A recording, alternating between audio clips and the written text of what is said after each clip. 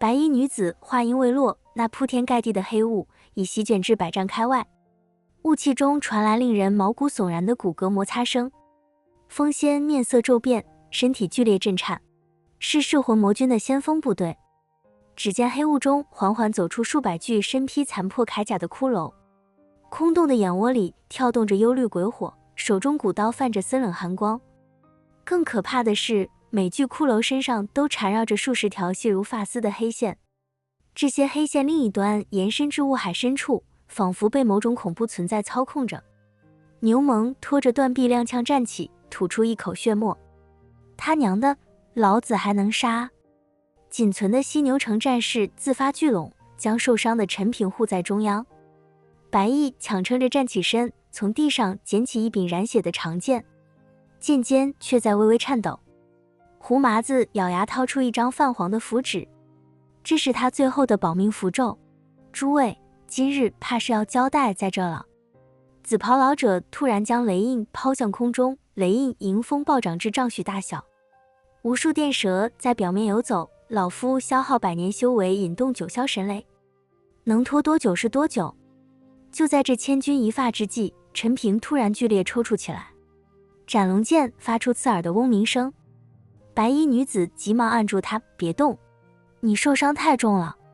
话未说完，陈平瞪大了双眼，那已不是人类的眼睛，而是如同野兽般的树瞳，瞳孔深处跳动着诡异的血色火焰。更可怕的是，他皮肤表面的裂纹开始渗出金色的液体，这些液体在空中凝结成细小的血珠，竟诡异地悬浮着。雾海深处突然传来一声尖锐的嘶鸣，所有骷髅兵同时停下脚步，齐刷刷地转向陈平所在的方向。紫袍老者见状，脸色大变，不好，他在觉醒血脉之力。只见陈平缓缓漂浮而起，那些悬浮的血珠如同受到召唤般向他汇聚，在背后凝聚成一对若隐若现的金色羽翼。斩龙剑也开始闪烁起了金色光芒，似乎在回应着陈平。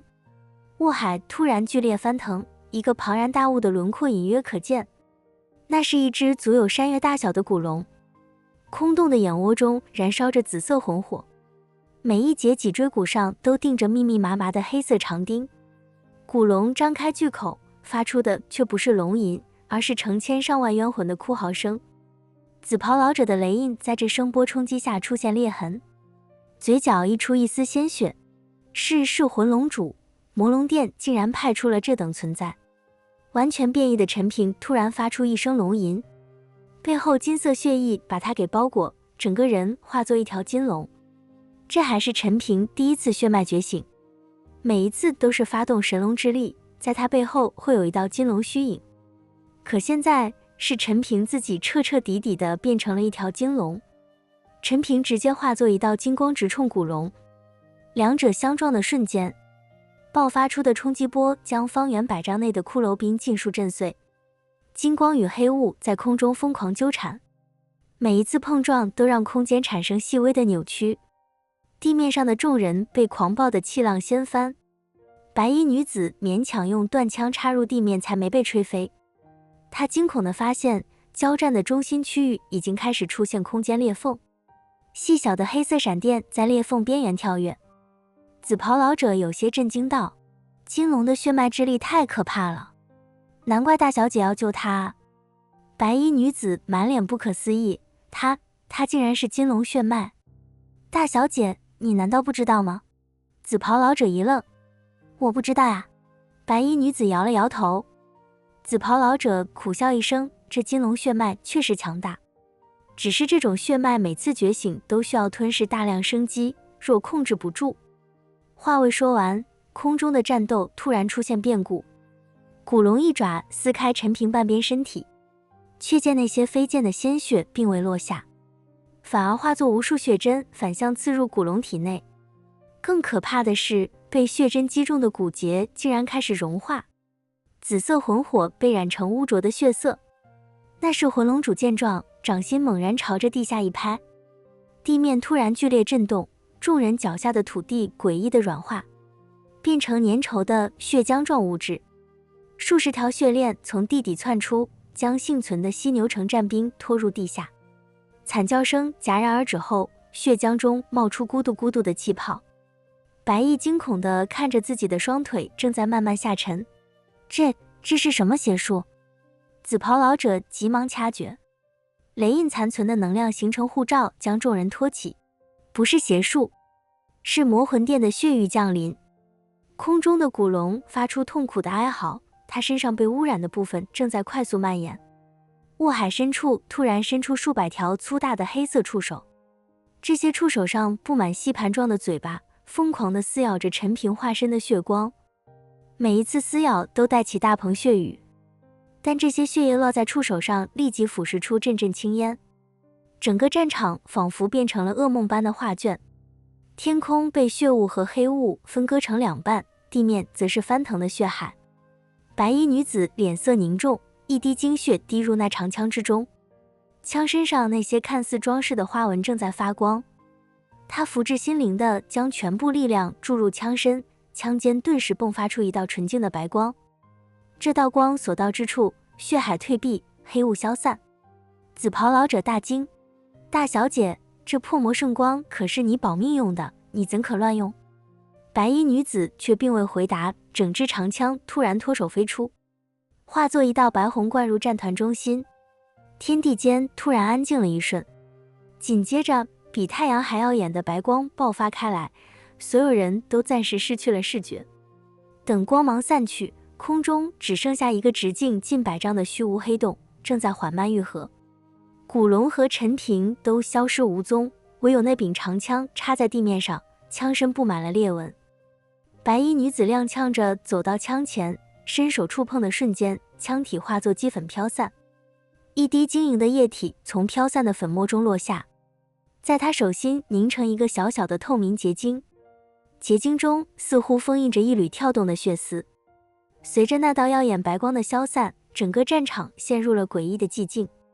陈平的身影从半空中缓缓坠落，周身金灿灿的龙鳞已经消失，重新变回了人类的模样，树丛中的金色火焰也一点点熄灭。他重重摔在地上，皮肤表面的裂纹渗出红色的血珠，整个人如同被抽干了所有力气，连手指都无法动弹。然而就在他体内血脉之力收敛的瞬间，一股更为阴冷的气息却悄然从他体内深处爆发出来，那是纯粹的道纹煞气，漆黑如墨，带着刺骨的寒意，如同火雾般在他经脉中游走。陈平猛地睁开眼，瞳孔深处竟浮现出2道诡异的黑色符文，那符文扭曲蠕动，仿佛有生命一般。远处原本杀气腾腾的魔龙殿噬魂魔军突然停下了攻势，为首的古龙空洞的眼窝中，紫色魂火剧烈跳动，他缓缓低下头，巨大的骨爪竟在陈平面前微微曲起，做出了一个古怪的礼节动作。雾海中，那是魂龙主传来沙哑的质疑声：道纹煞气，你是兽族，又怎么可能有阴魔的道纹煞气？陈平勉强撑起身体，体内的道纹煞气不受控制的外溢，在他周身形成一圈黑色雾气。阴魔是我好哥们，我体内有道纹煞气，还不是正常？陈平说道。你放屁，阴魔消失多年，怎么可能是你的好哥们？你不过是一个区区散仙境1品的家伙，给我从实招来，若是不说实话，休怪我无情。摄魂龙主怒视着陈平吼道，他根本就不相信陈平这个家伙会是阴魔的好哥们。就算陈平是金龙血脉，可这种实力也不可能认识阴魔。况且阴魔早就消失数千年，听闻在神魔大战的时候就陨落了。摄魂龙主的话，顿时让那古龙还有骷髅兵缓步向前，随时再发起攻击。你看看这个东西是什么？陈平直接拿出了神王弓。神王弓出现，天地间的那些道纹煞气瞬间不断朝着神王弓汇聚。神王弓，是魂龙主瞪大了双眼。可这时几条古龙已经准备对陈平发起攻击了。停手！是魂龙主沙哑着开口，声音中竟带着一丝惊恐的金属颤音，全都给我停手！古龙沉默片刻，魂火闪烁，最终缓缓退后。雾海翻腾，无数骷髅兵如潮水般退去，竟真的停止了攻击。风仙等人目瞪口呆地看着这一幕，完全无法理解为何凶名赫赫的摄魂魔君会因陈平一句话而退避。没想到你竟然真是阴魔前辈的朋友，多有得罪了。摄魂龙主客气地对陈平拱了拱手，随后问道：阴魔前辈消失数千年，不知道他现在何处？阴魔已经重返天界，过段时间我打算找他去玩呢。陈平说道。原来阴魔前辈还活着，真是一个奇迹。摄魂龙主感慨道。你们突然来袭，是不是知道犀牛城和飞虎城在拼杀，想来个渔翁得利？陈平问道。摄魂龙主点了点头。不错，店主派我趁着兽族2大城池交战，直接把这2个城的地盘收归己有。给我个面子，犀牛城别动，那是我兄弟的，至于飞虎城，你们顺便拿去。陈平知道，就算是魔龙殿不插手，他们也没办法那些飞虎城了。飞虎城背后还有8殿，而且犀牛城的实力也快耗尽了，必须休养生息才行了。好，那我就不客气了。摄魂龙主说完，瞬间带领那些古龙和摄魂魔军冲入了飞虎城中。解众原本还以为自己逃过了一劫，在主城大口喘着粗气庆幸，可是下一刻，飞虎城10几座城池同时遭到了摄魂魔军的攻击。飞虎城的战兵本就大战一场，损失惨重，而且还都没有经过休整，这一下根本就不是这些摄魂魔军的对手，被杀得片甲不留。就连飞虎城中的那是兽族修士，也同样遭受到了屠杀。谢仲在得到消息之后，直接一口老血喷出，差点直接就死了。没有办法，他只能向着霍昭求救，否则飞虎城就要落入魔族之手了。霍昭在得到消息之后，马上就带着8殿的人朝着飞虎城的主城赶去。驯兽师已经离开了，他要回去重塑肉身。8殿霍昭率领大军赶到时，看到的正是魔龙殿大军压境的场景。他怒发冲冠，大声吼道：有我神殿在，绝不容许魔龙殿踏入飞虎城半步。摄魂龙主看到突然出现的霍昭，眉头不由得皱起。你是神殿的人？摄魂龙主问道。不错，我就是神殿的8殿殿主。霍昭点了点头，这飞虎城已经被我8殿占据，你们魔龙殿要想占地盘，还是选别的地方吧。我看那犀牛城就不错，如今犀牛城早已经外强中干，你只需要稍稍出手，就可以把犀牛城占据。霍昭竟然要让魔龙殿去占领犀牛城，若不是摄魂龙主碰到陈平，知道陈平的身份，他还真有心把飞虎城和犀牛城都给占据的。这一重天乃是我们3族争雄之地，你们神族一直都说自己是第4种族，为何还要跟我们争夺地盘呢？一个兽族的城池也能让你们神殿给看上吗？摄魂龙主打算吹捧下霍昭，让霍昭不好意思了。你少废话，要么滚，要么就战。霍昭冷哼道。神族特有的高傲是不允许他一个8殿殿主跟着这魔族低3下4的。那就战，谁怕谁？摄魂龙主怒吼一声，大战一触即发。8殿修士开始结阵迎敌，符咒、飞剑、法宝的光芒照亮了半边天空。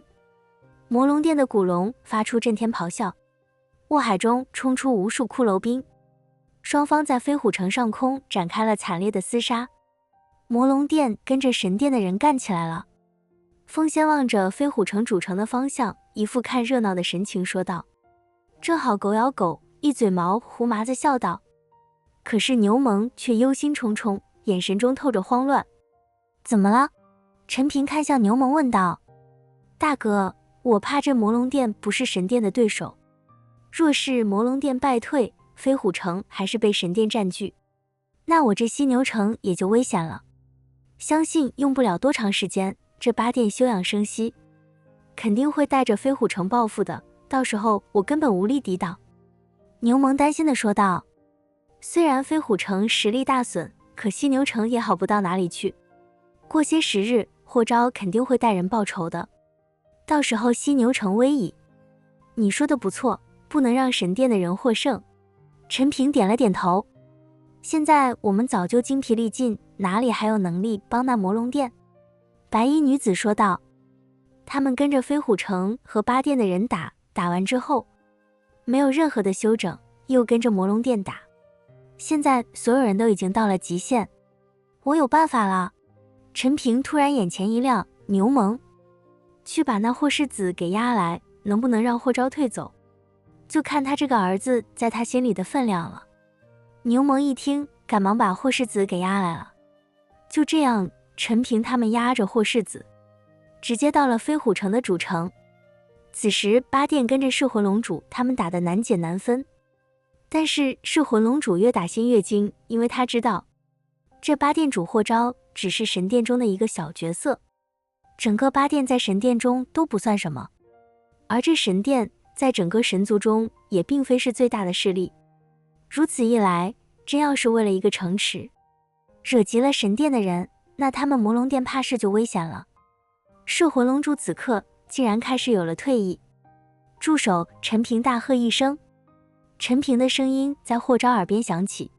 霍殿主，我们又见面了。霍昭回头看到陈平后，眉头微微一皱，目眦欲裂道：陈平，原来是你抓了我儿子，马上把他给放了。你说放就放，你算老几啊？你可别忘了，你是我的手下败将。陈平此刻虽然受了重伤，但是装逼的气势不能丢。哼，我那不过是一缕神魂，而你却借助他人神魂附体，说起来我也不是输给你的。霍昭冷哼一声道。霍世子听的是一愣一愣的，他没想到自己的父亲竟然跟着陈平认识，而且自己父亲的伤还是这陈平搞的。不管怎么样，你儿子在我手里，我让你马上撤退，然后让出飞虎城。陈平对着霍昭威胁道。你敢动我儿子？霍昭眼神冰冷地看着陈平。我有什么不敢？陈平冷笑，剑锋轻轻划过，霍世子脖颈顿时渗出一道血线。我们要的只是飞虎城，你要的可是儿子的命。父亲救我，父亲救我！霍世子感受到颈部的丝丝凉意，赶忙对着霍昭大喊着。战场陷入了诡异的僵持。霍昭面色铁青，拳头捏得咯咯作响。一旁的解仲此刻冷汗直流，他最怕霍昭不管，最后撤退了。这飞虎城可是他的，若是霍昭不管了，他怎么办？他知道飞虎城不在了，那自己的利用价值也就不在了，到时候自己会死得很惨的。谢仲身体颤抖着，内心祈祷着，让霍昭千万不要撤退。可最后霍昭却一咬牙道：陈平，我若退走，你会放了我儿子吗？当然，君子一言驷马难追，我可以对天发誓。陈平举起手道：我若不放了你儿子，我愿意遭受天劫，永世不得重生。霍昭听着陈平的话，最终他狠狠一挥袖：八殿所有人撤！霍殿主不要走，我怎么办呀？解仲见状，想要求着霍昭留下，可是霍昭看都没看他一眼，直接就离开了。解仲只是一枚棋子，如今棋子没用了，霍昭绝不会再看一眼。他们可是神族，就连那些高贵的人族，神族都瞧不起，更加不要说兽族了。随着八殿大军的撤退，谢仲马上带着剩余的飞虎城战兵跪倒在地，投降，我们投降了。解仲想要投降，寻求一丝活命的机会，可是魔龙殿的人并没有接受，而是把飞虎城的人全都斩杀，就连那解仲也没放过。噬魂龙主深深看了陈平一眼，魂火中似有深意道：陈道友，魔龙殿记住今日之情。说完便率领大军入驻主城中。陈平收起长剑，放开了面如死灰的霍世子。多谢姑娘相助，不知道姑娘尊姓大名？我陈平日后定当相报。陈平对着那白衣女子说道：我叫莫青云。白衣女子微微一笑道：大小姐，我们该回去了，否则家主该担心了。那紫袍老者说道。莫青云点了点头，随后看向陈平道：多谢你救了苍玄大陆的那些人，若是有缘，我们再相见。莫青云说完，跟着紫袍老者就打算离开。可当紫袍老者缓缓地打开一道虚空黑洞的时候，莫青云突然脸色一变，紧接着一口鲜血喷涌而出。大小姐，紫袍老者大惊失色。雷长老，我现在的身体状况，怕是一时半会回不去了。莫青云表情痛苦地说道。紫袍老者见状，不由得叹了口气道：你用了破魔圣光，毁了墨家枪，现在还受伤回不去了，我该如何跟着家主交代？雷长老，你先回去稳住我父亲，等我养伤几日，自己就回去了。莫青云说道。莫姑娘，你的伤是为了我们而收的疗伤方面，还有需要的资源，我们全都承担，直到你伤愈为止。安全方面，我也一力承担。陈平看着莫青云那样子，不由得十分内疚。雷长老，陈道友都如此说了，你就放心回去吧。莫青云对着紫袍老者说道。紫袍老者犹豫了下，最后点了点头道：好吧，大小姐，你一定要小心。说完，紫袍老者轻轻一挥，一道雷电划过虚空，虚空一阵颤抖，紫袍老者的身躯被黑暗吞没，瞬间消失不见了。我们也回去吧。陈平带着众人拖着疲惫的身躯回到了犀牛城。至于那霍世子，陈平并没有放了，他要先用这霍世子要挟下那霍昭，要不然现在放了霍世子，霍昭明天就打过来了，他们这种状况用什么抵挡？回到犀牛城，陈平第一件事就是把修睿的尸体整理了一下。至于那诺清，早已经自爆灰飞烟灭，最后连尸体都没有。虽然跟着修睿相识不算太久，但是在陈平心里一直把他当成兄弟。胡麻子也是神情悲伤，这段时间接触，胡麻子也认可了修睿。兄弟，一路走好，这个仇我一定会给你报。八殿的所有人，我会杀光他们的。陈平看着修睿的尸体，眼神冰冷地说道。好了，这都是定数，不要自责。胡麻子拍了拍陈平的肩膀。片刻之后，两个人把修睿的尸体给安葬了。对于诺清来说，修睿是幸运的，还有尸身可以安葬，甚至还有机会轮回转世，重新做人。可自爆之后，那就真的是灰飞烟灭，再无丁点的可能转世为人了。所以有些人就算是死，也不会选择自爆。去看看你那岳父吧，估计他也不好受。胡麻子说道。陈平点了点头，去看了看白毅。白毅这一战之后，也明显虚弱了很多，再加上诺清的死，对他的打击很大。看到陈平来了，白毅挤出一丝笑容道：贤婿，我没事的，活了这么多年，早就看淡了生死。你不用管我，让我自己安静几天，好好休息下。陈平点了点头，没有说话，转身离开了。离开后，房间里面就传出了白毅的哭声。